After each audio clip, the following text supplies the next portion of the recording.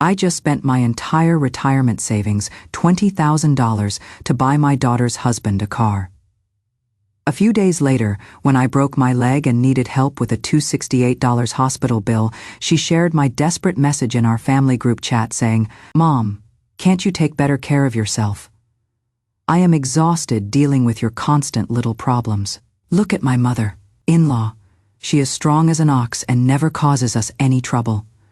What happened to your retirement money anyway?" That is when I realized my own daughter saw me as nothing more than an ATM and an inconvenience. So I checked myself out of the hospital, took my last remaining money, and disappeared without a word. Then, she became the one panicking, after decades of sacrificing everything for her. Hit subscribe because what I discovered next will shock you. I spent hours messaging my daughter to help with a small payment, but instead she posted a screenshot of the hospital bill directly in our family group chat. "Mom, can't you take better care of yourself? Every other day it is either this pain or that ache. I am absolutely exhausted dealing with it," she wrote. "Look at my mother-in-law. She goes dancing and works out every day. She is strong as an ox and never causes us any trouble." When those words appeared in the chat, our relatives immediately tried to calm her down and said she shouldn't speak that way. But she didn't listen to a single word. Instead, she sent several more voice messages that made my blood run cold. "Mom, you are not upset, are you?" I was just speaking my mind. "You've always had health problems anyway. So was I wrong to point that out?" Oh, so apparently the $20,000 she convinced me to give her last month for her husband's new car, that didn't count as real money. But when her own mother broke her leg and needed $268 for medical bills, suddenly I was nothing but a burden. Since that is how she felt, I decided I didn't want to be a burden anymore. I endured the shooting pain in my leg, checked myself out of the hospital, took my last $5,000 from my savings, bought a bus ticket, and went back to my old home in the countryside without telling anyone. From the moment I decided to leave until I got on that bus heading to my hometown, only 1 hour had passed. The cast on my leg made every step painful. I opened my phone to find my daughter Rebecca still talking about me in the family group chat. "Mom, what is wrong with you? You are leaving us hanging here and making everything awkward. Oh my goodness, are you really angry? You can't be serious. I already told Charles that you just overthink things and take everything too personally. Sophie, go check on your grandmother at her age. She is acting like she is running away from home. She took a little joke way too seriously." Several relatives in the group chat tried to smooth things over. "Rebecca, maybe tone it down a little. Your mother might just have a dead phone battery. Yeah, your aunt isn't the type to hold grudges. She is probably just busy right now." This only made Rebecca more furious. "She is not petty. You obviously don't know how calculating she can be. I give her $2,000 every month just for groceries, and she still complains it is not enough. She comes crying to me about being broke every single day. When Sophie wanted to try some imported strawberries, my mother wouldn't even buy them for her. She said those things were outrageously expensive and that we'd be better off buying pork with that money. But guess what?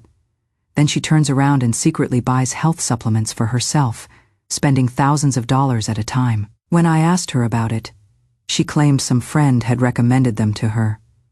I am sure she was just being scammed. My mother-in-law is completely different. She never wastes money and is always thinking about ways to help us out. She says young people like us have so much pressure to deal with." Reading those messages, my hands began to tremble uncontrollably. Tears rolled down my cheeks and splattered onto the phone screen. That $2,000 for groceries was supposed to cover the needs of their entire family of 3, but I had to supplement it with more than $3,000 of my own retirement money every month just to make ends meet. As for those health supplements, I had been taking them because my doctor had recommended them for my cervical and lumbar spine problems. I was spending my own money on my own health. I scrolled through the messages, feeling sharp pains shooting through my chest with each word I read. The final message was one she had just posted. "Fine, fine. I am not going to argue with her anymore. My mother-in-law says she wants to come stay with us for a few days tomorrow to help lighten my load." Mom, you better get back here today. My mother-in-law will be staying in the guest room, so you need to hurry up and move all your stuff to the storage closet. Don't wait for us to come home and help you throw things away, and then complain later that we don't respect you. The storage closet, that cramped space that was less than 30 square feet and didn't even have a window. I turned off my phone, leaned against the window of the bus, and watched the landscape rushing backward outside. Tears streamed down my face as the reality of my situation sank in. When I finally arrived at my old house in the countryside, it was already well past midnight. The house had been empty for more than a year, and everything was covered in a thick layer of dust. The air was heavy with the smell of mildew and neglect. I couldn't bring myself to clean anything right away. Instead, I dragged my injured leg to the bedroom and collapsed onto the bed, where I spent the entire night staring at the ceiling, unable to sleep. Early the next morning, my phone had automatically shut down due to the overwhelming number of calls and messages. When I plugged it in and turned it back on, Rebecca's 60-second voice messages began playing one after another, each one more accusatory than the last. Mom, where the hell did you disappear to? Do you have any idea that my mother-in-law came over yesterday and your room was an absolute disaster? We spent half the night cleaning up after you. And what about Sophie? Today was the day her preschool needed those materials for her hands, unlearning project. You promised her yesterday that you'd have everything ready, but then you just vanished. Poor child cried all morning at school, and her teacher called to give me a lecture about it. You are being completely selfish. Just because of a few harmless jokes, you decided to abandon all your responsibilities. What do you think we are to you? What do you think this family means to you? Some kind of hotel where you can come and go as you please? Next came a message from my son-in-law Charles. Mom, Rebecca might have been a little harsh with her words, but you've really gone too far this time. There is so much that needs to be done around here, and you just walked out on us. How are we supposed to manage everything? My mother is getting older and her health isn't what it used to be. How can you expect her to handle all of this by herself? Even my 6-year-old granddaughter Sophie had been coached to send voice messages in the group chat. Bad grandma, you promised to help Sophie with her art project, and you didn't do it. The teacher yelled at Sophie. Sophie doesn't like you anymore. In the family group chat, the same relatives who had defended me just yesterday had completely changed their tune. Eleanor, you are really in the wrong here. You can't let a child's schoolwork suffer.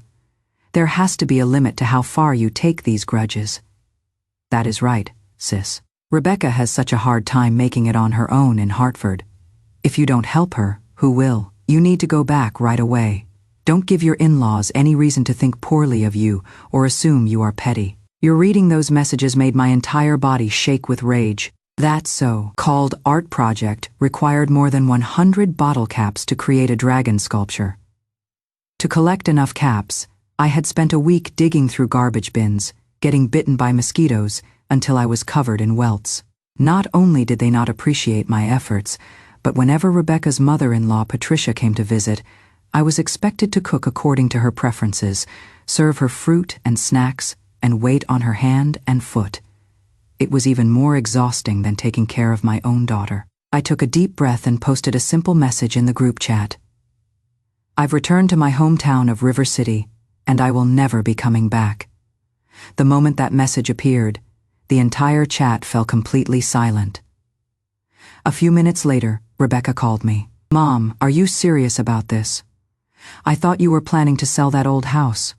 Where are you going to live if you go back there? I gripped the phone tightly, keeping my voice calm and steady. I've decided not to sell it. I am going to live here myself. Live there by yourself? What about your promise to give us the money from selling the house so we could buy a place in a better school district? Did you forget about that? I let out a bitter laugh before responding. Before we talk about that, shouldn't you return? Before we talk about that, shouldn't you return the $20,000 you took from me to buy your husband's car? There was dead silence on the other end of the line. After a long pause, she exploded. Money, money, that is all you ever think about. When did I ever say I wasn't going to pay you back? I just needed to borrow it temporarily. Fine, Mom. Over the next several days, Rebecca didn't contact me at all. However, her social media posts told a very different story. One day she posted photos of Patricia making breakfast with the caption, "My mother-in-law treats me so well, unlike some people who only know how to sulk and pout." The next day featured pictures of Patricia playing with Sophie at an amusement park. Sophie laughs so much more when she is with Grandma. Finally, someone is filling the void left by my dysfunctional family. A few days later, she posted a photo of Patricia's silhouette in the kitchen. My mother-in-law has never cooked a day in her life, but now she is learning just for me. This is what real family looks like. People who care about you instead of keeping score of every penny. The comment section was filled with mutual friends praising her good fortune. "Rebecca, you are so blessed to have such a wonderful mother-in-law. I am so jealous. Your relationship with her is like mother and daughter." Rebecca responded to each comment with enthusiasm. "Yes, my mother-in-law is like a second mother to me." I stared at that kitchen photo for a long time. In the picture, Patricia was wearing the silk apron I had specifically bought for her, putting on a show of cutting fruit. The knife in her hands was one I had just sharpened a few days earlier. Her so-called learning to cook amounted to nothing more than washing a few dishes and chopping some vegetables for the camera. The actual cooking was always done by the housekeeper they employed. I didn't look at any more of her posts. Instead, I quietly closed the social media app.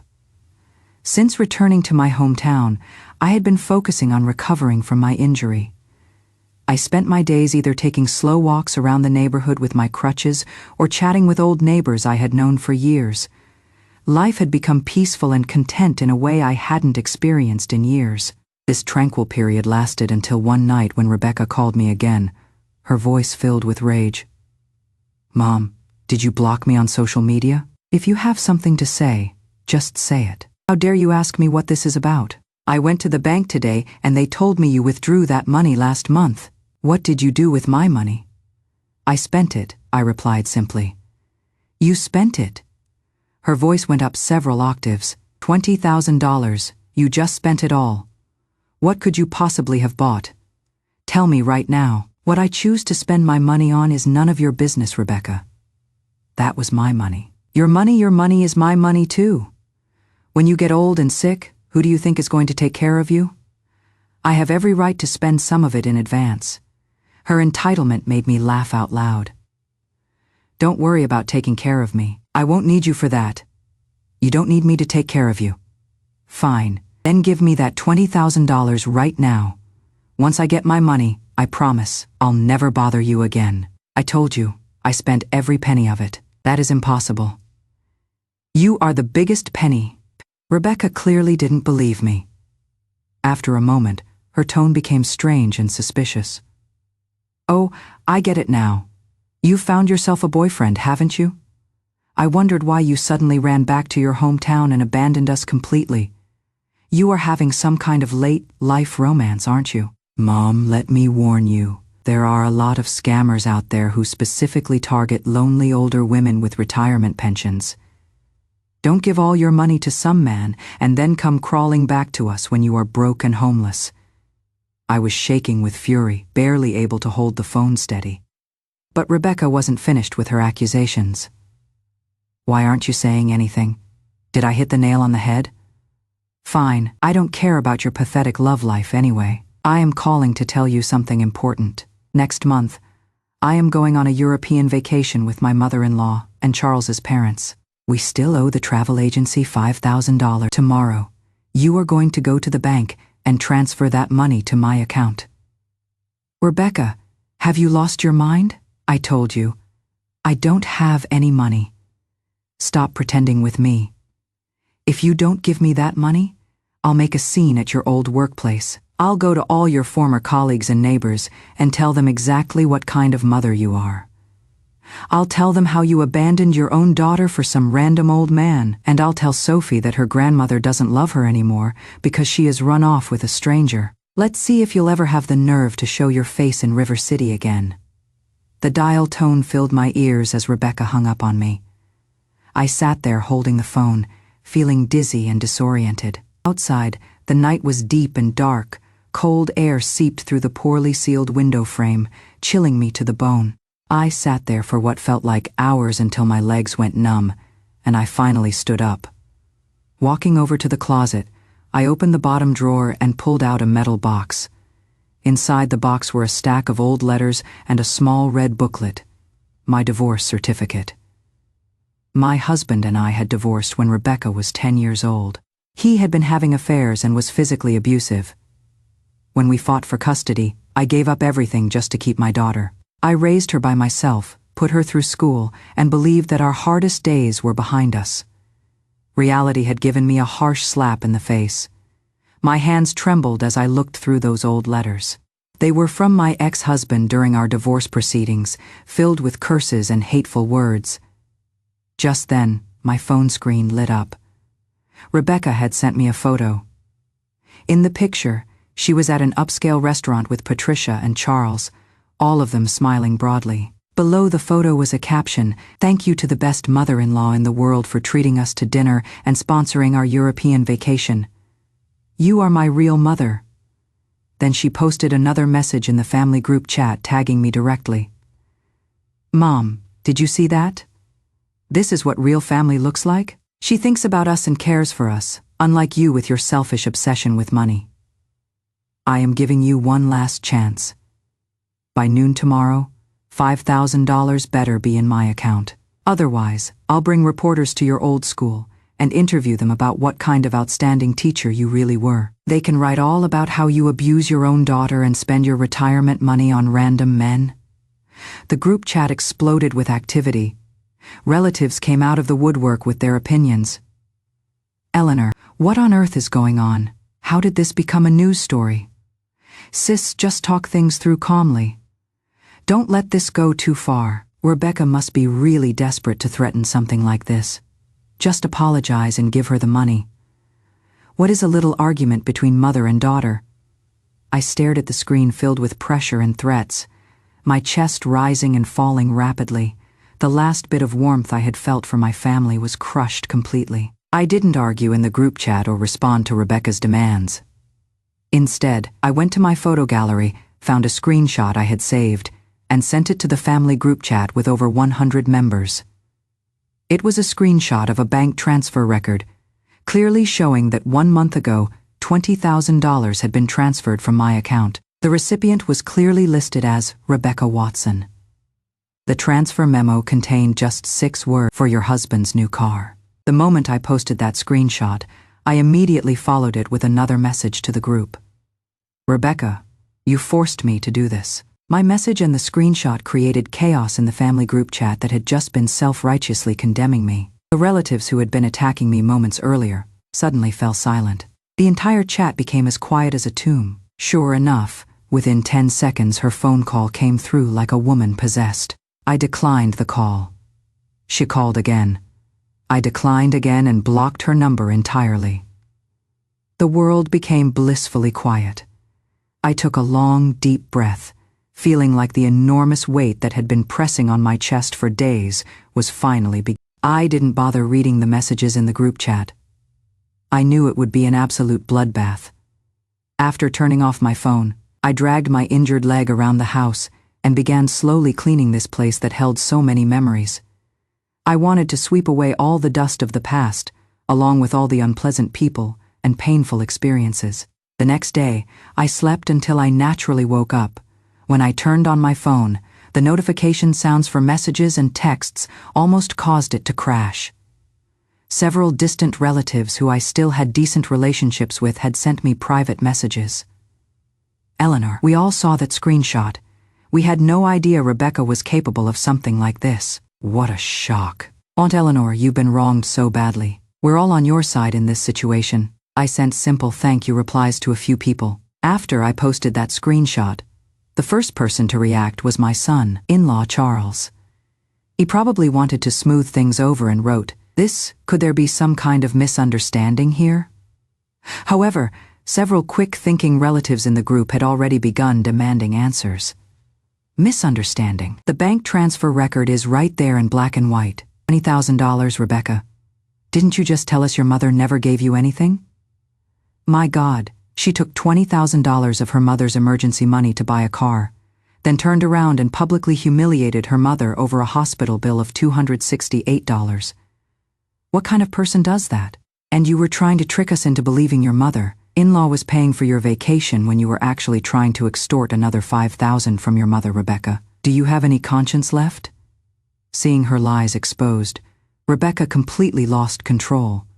She stopped pretending and began throwing a tantrum in the group chat. Yes, I took her $20,000. So what? I am her only daughter. If she doesn't give her money to me, who else would she give it to? She raised me, so this little bit of money is nothing. It is what she owes me for bringing me into this world.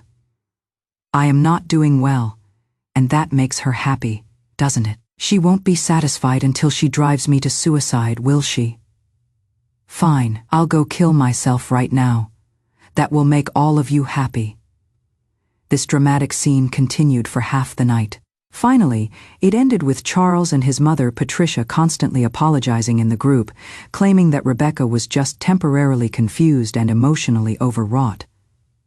The most ridiculous part was that throughout this entire ordeal, not a single person asked me whether I had given that $20,000 willingly. Not one person truly cared whether my broken leg still hurt. I laughed bitterly and left the group chat. This kind of family wasn't worth keeping anyway. Just as I was about to go out for breakfast, an unknown local phone number called me. I hesitated for a moment before answering. A cautious voice came through the phone. Hello, is this Mrs. Eleanor Harrison? Yes, this is she. Hello, I am calling from the River City Urban Development Office. We have some matters regarding your property in Sunshine Residential Complex that we'd like to discuss with you in persons. Sunshine Residential Complex was being demolished. This news was even more explosive than the bombshell I had dropped in the family group chat. Our area was in the heart of the old city center and was also in a highly rated school district. There had been rumors about demolition for more than 10 years, but I never imagined it would actually happen during the lowest point of my life. My house was old but spacious, nearly 1,000 square feet and in an excellent location based on current market rates, whether I chose monetary compensation or property exchange. This would amount to an enormous fortune. This money would be the foundation for my security in my later years and the confidence I needed to weather any storm. After I calmed down, I immediately called Attorney Shelton, who had handled my divorce years earlier. I told him about the demolition and hired him to represent me in all negotiations with the development office. Professional matters should be handled by professionals. After taking care of these arrangements, I felt completely transformed. For several days, I was immersed in the joy of becoming a demolition beneficiary, and I couldn't even be bothered thinking about Rebecca and her drama. A week later, my door was being pounded with urgent knocking. I thought it might be community workers, but when I opened the door, I was stunned. Standing at my door were Rebecca, Charles, and her wonderful mother-in-law, Patricia. All three of them wore incredibly fake and obsequious smiles. Rebecca's hands were full of expensive gifts, premium health supplements, and imported fruits. Mom. The moment she saw me, Rebecca tried to throw her arms around me, but I smoothly stepped aside to avoid her embrace. Her smile froze for a moment, but she quickly recovered. Mom, why did you come back to your hometown without telling us? We were so worried trying to find you. Look how much weight you've lost. Have you been eating properly? We brought you some bird's nest soup and sea cucumber. You need to take better care of yourself. Charles chimed in with an equally fake smile. That is right, Mom. With your mobility issues, how can you live here all by yourself? Come back home with us.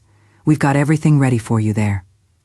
Even Patricia, who had always been cold toward me, was now forcing a smile. Dear Eleanor, why are you being so stubborn with the children? Rebecca told me everything. She knows she was wrong and spoke without thinking. You are the adult here. Please forgive her this one time. The three of them took turns performing their act, their eager attentiveness making me sick to my stomach. I stood in the doorway with no intention of letting them enter, just coldly watching their performance. Is there something you need?" My coldness made their smiles falter. Rebecca wrung her hands nervously and spoke awkwardly. "Mom, we came to take you home. And also, I heard that this place is being demolished." Ah, there it was. Word traveled fast, apparently. I sneered inwardly, but kept my expression neutral. So what if it is? What if it isn't? "Mom, of course this is wonderful news." Rebecca's eyes immediately lit up and her voice rose several octaves. "This house will bring in a lot of compensation money, right? Perfect timing. We can use it to buy a bigger place and a better school district, and Sophie's education will be all set." She began planning the future as if that demolition money was already in her pocket. "We can buy a 4-bedroom apartment, 1 room for you, 1 for my mother-in-law, 1 for us and Sophie, and we'll still have a room left over for a study. Won't that be perfect?" "Oh, really?" I raised an eyebrow. "And who exactly would be living in that storage closet that is less than 30 square feet?" My question stopped Rebecca cold. Her smile instantly froze. Her eyes darted around nervously, and she stammered, "Mom, why are you still thinking about that? Those were just words said in anger." "Is that so? I thought those were your true feelings." Charles quickly tried to mediate. "Mom, don't hold grudges against Rebecca. She just has a sharp tongue but a soft heart. Let's go inside to talk about this properly. We don't want the neighbors gossiping about our family business." He tried to push past me into the house. I planted my crutch firmly on the ground and blocked his way. "My house is small. There is no room for such important guests as yourselves." My firm and cold attitude left all 3 of them embarrassed and rebuffed. Patricia's expression darkened first. She tugged on Rebecca's sleeve and whispered, "Why waste time talking to her? Just tell her straight out. Either she hands over the money, or she can expect to see us in court." Her voice was low, but I heard every word clearly. Rebecca's face cycled through several colors. She was obviously tempted by Patricia's suggestion, but still hesitant about something. She took a deep breath and put on a pitiful expression, switching to emotional manipulation. "Mom, I know I was wrong. I really know I made terrible mistakes. I shouldn't have argued with you or said those awful things in the group chat. And I especially shouldn't have taken that $20,000. She squeezed out a few tears as she spoke. "But Mom, I had my reasons. Charles's workplace was considering him for a promotion, and we needed money for networking. We really couldn't come up with the funds, so I had to use your retirement money.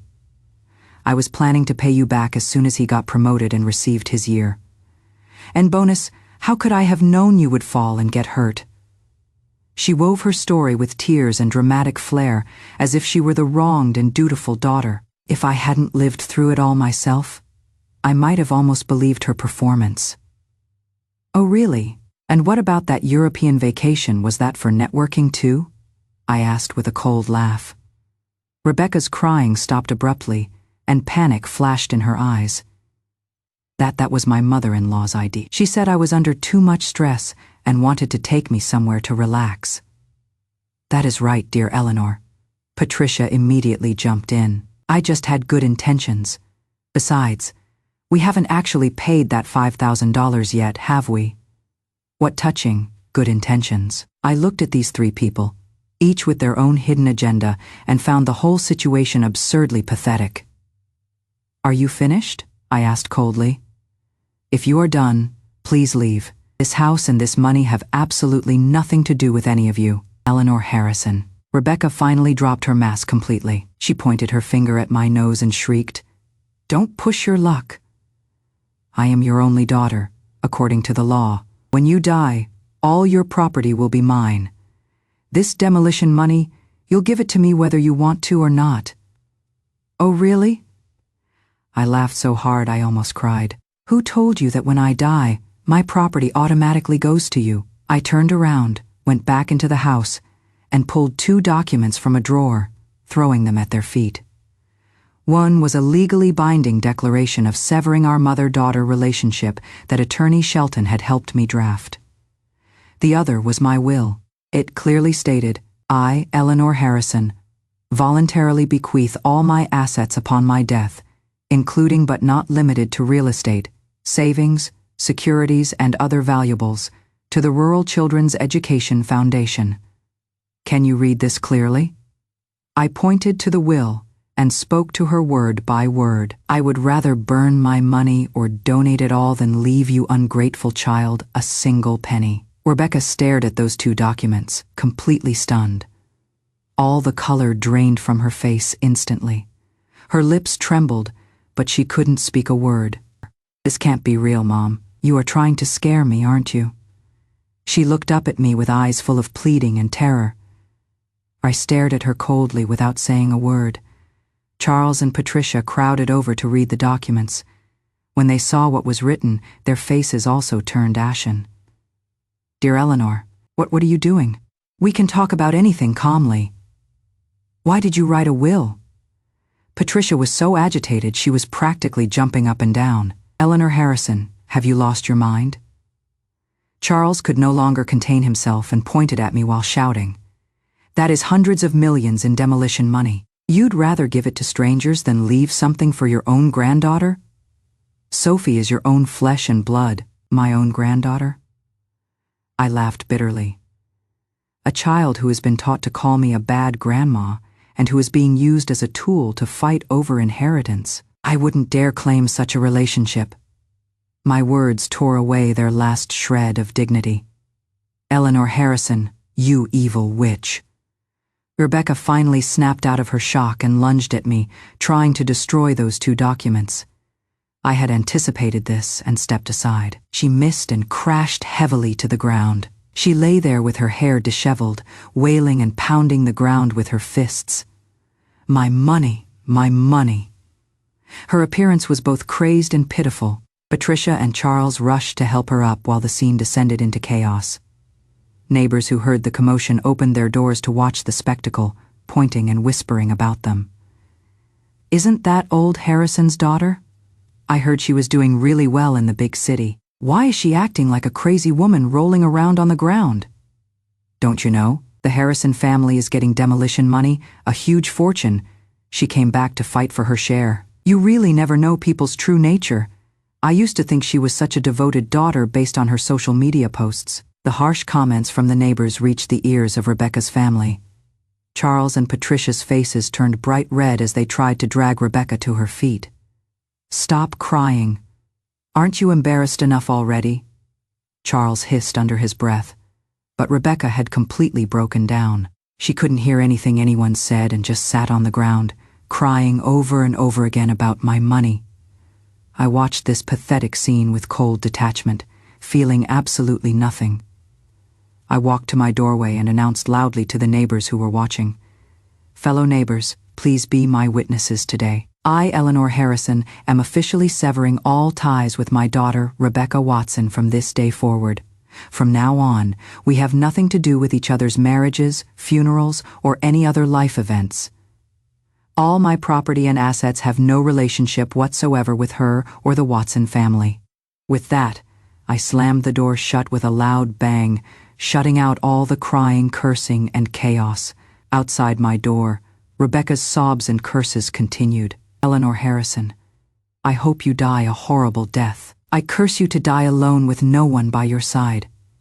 Just wait. I am not going to let this go. If I can't have it, I won't let you live peacefully either. I leaned against the door and slowly closed my eyes. Rebecca, you chose this path yourself. From now on, we're no longer mother and daughter. We're enemies. I thought that after humiliating them so thoroughly, Rebecca and her family would stay quiet for a while, but I underestimated just how shameless they could be. A few days later, an emotionally charged, tearful accusation began circulating on local forums and social media platforms. The headline was sensational, heartbreaking. 80-year-old River City woman sits on hundreds of millions in demolition money, but to pursue a second romance, she cuts ties with her own daughter and throws her out on the street. In the article, I was portrayed as a selfish, cold-blooded woman who had lost all moral dignity in her old age, abandoning even her own flesh and blood for some random old man. Rebecca, meanwhile, was depicted as a poor, abandoned daughter who had nowhere else to turn and could only cry for help online. The article was accompanied by carefully edited photos. There was a picture of my silhouette walking with crutches and a close-up of Rebecca crying pitifully. There was even a photo they had found somewhere of me with the male leader of our senior dance group, with him circled to suggest I was having an affair. Public opinion erupted immediately. People who didn't know the real story left angry comments attacking me. This old lady is absolutely disgusting. Money corrupts people. How hard it must have been to raise a daughter, and now she just throws her away. How cruel. At her age, she is still chasing men. What a disgrace to all elderly people. In no time, I had become the laughingstock of all of River City. Walking around my neighborhood, I could feel the strange looks from neighbors and hear them whispering behind my back. Several troublemakers came to my door wanting to interview me, hoping to dig up more juicy details.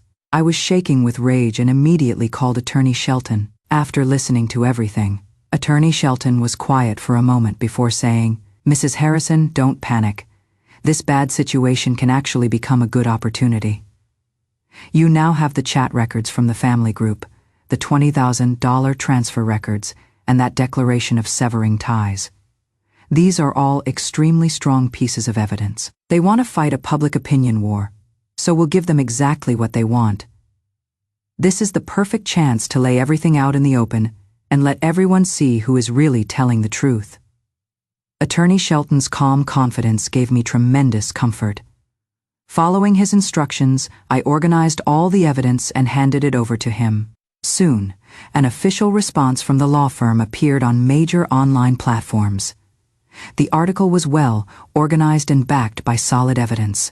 It detailed everything from Rebecca's public humiliation of me over a $268 medical bill to her fraud in taking my $20,000 emergency fund for her husband's car, to her threats to extort $5,000 for vacation money, and finally to her family's aggressive attempt to seize the demolition money. Every single incident was laid out for public scrutiny, especially those screenshots of the family group chat. Rebecca's arrogant, vicious, and completely unconscionable words formed a stark and ironic contrast to the pitiful daughter image she had created in her accusation article. Public opinion immediately reversed. The same internet users who had been attacking me turned around and began furiously condemning Rebecca's family as modern, day ungrateful wolves. Holy crap, what a plot twist. This daughter is absolutely inhuman. Taking $20,000 from her mother and still complaining it wasn't enough. This completely destroys my faith in humanities. She wanted $5,000 for a European vacation and was willing to drive her own mother to death over it. This kind of daughter deserves to have all ties severed. She should be in prison. Rebecca and Charles's workplaces were also affected by this incident. I heard that their supervisors had called them in for meetings, telling them to handle their family affairs and not let them damage the company's reputation. Charles's hoped, for promotion naturally went up in smoke. They had tried to steal a chicken but ended up losing the rice they used as bait. Rebecca probably never imagined that I would strike back so quickly and thoroughly. She quietly deleted all her posts and disappeared from the internet entirely. This whole drama ended with my complete victory. I had won the legal battle and the court of public opinion, but I had permanently lost a daughter. Days passed quietly and peacefully. The demolition compensation came through quickly. Following Attorney Shelton's advice, I invested part of it in stable financial instruments and used the rest to buy a small apartment in a beautiful seaside city. I left River City, where I had lived most of my life, and began a new chapter. I enrolled in senior university courses to study painting, calligraphy, and photography. I joined tour groups and traveled throughout the country, seeing many places I had only watched on television before. My life became full and meaningful, and those old wounds gradually healed with time. I only heard news about Rebecca's family through gossip from relatives back home. Apparently, after their failed attempt to seize the demolition money, Rebecca and Charles's life became a complete disaster. Charles, having lost his chance for promotion and his reputation at work, became self-destructive and developed a drinking problem. When he got drunk, he would come home and beat Rebecca. Patricia was no longer the perfect mother-in-law either. She blamed Rebecca for bringing bad luck and ruining her son's future, treating Rebecca like an unpaid servant and constantly verbally and physically abusing her. The family of 3 was crammed into their tiny apartment, fighting about money every single day. There was never a moment of peace in their home. Sophie grew up in this toxic environment and became increasingly rebellious. At a young age, she was already stealing and getting into fights, becoming notorious as a problem child at school. Once, when Charles had beaten Rebecca particularly badly, she ran back to her childhood home. She cried outside my door all night, begging me to open it and take her in. Through the thick door, I listened to her heartbreaking sobs, my emotions churning. I didn't open the door. It wasn't because I didn't feel sorry for her, but because I knew I couldn't allow myself to be soft-hearted. A leopard cannot change its spots. Her desperate situation today was simply the consequence of her past actions. If I opened that door tonight, tomorrow she would return to her old ways and drag me back into that quagmire. Later, I heard she went back to Charles. After that, there was little news about her. 10 years passed in what felt like the blink of an eye. I was now a 70-year-old woman with completely white hair, but I was still mentally sharp and physically healthy. I sold my seaside apartment and moved into a high-end retirement community. Here I had professional care, like minded friends and rich, varied activities. I was living well. One day, a nursing assistant was pushing my wheelchair through the garden so I could enjoy the sunshine. A woman in a cleaning uniform, overweight and haggard, looking, pushed a garbage cart past me. She glanced up casually and saw me. Our eyes met, and we both froze. It was Rebecca. She looked older than I did, with deep wrinkles around her eyes like knife cuts, and her gaze was cloudy and filled with exhaustion and numbness. She looked at me and her lips moved as if she wanted to say something. But in the end, she just lowered her head and silently pushed her garbage cart away, practically fleeing from my presence. I watched her retreating figure, feeling completely calm inside. The warm sunshine felt wonderful on my skin. I closed my eyes and thought back to that afternoon so many years ago when I had fallen in the market. If she hadn't said those hurtful words that day, if she had shown me even the tiniest bit of concern and love, would our lives have turned out differently? Everyone must take full responsibility for their choices. That is our story for today. We hope you enjoyed this incredible tale. Share your thoughts in the comments below. We'd love to hear from you. Subscribe for more captivating stories like this, and don't forget to like and share this video. Thank you for being here with us. See you next time.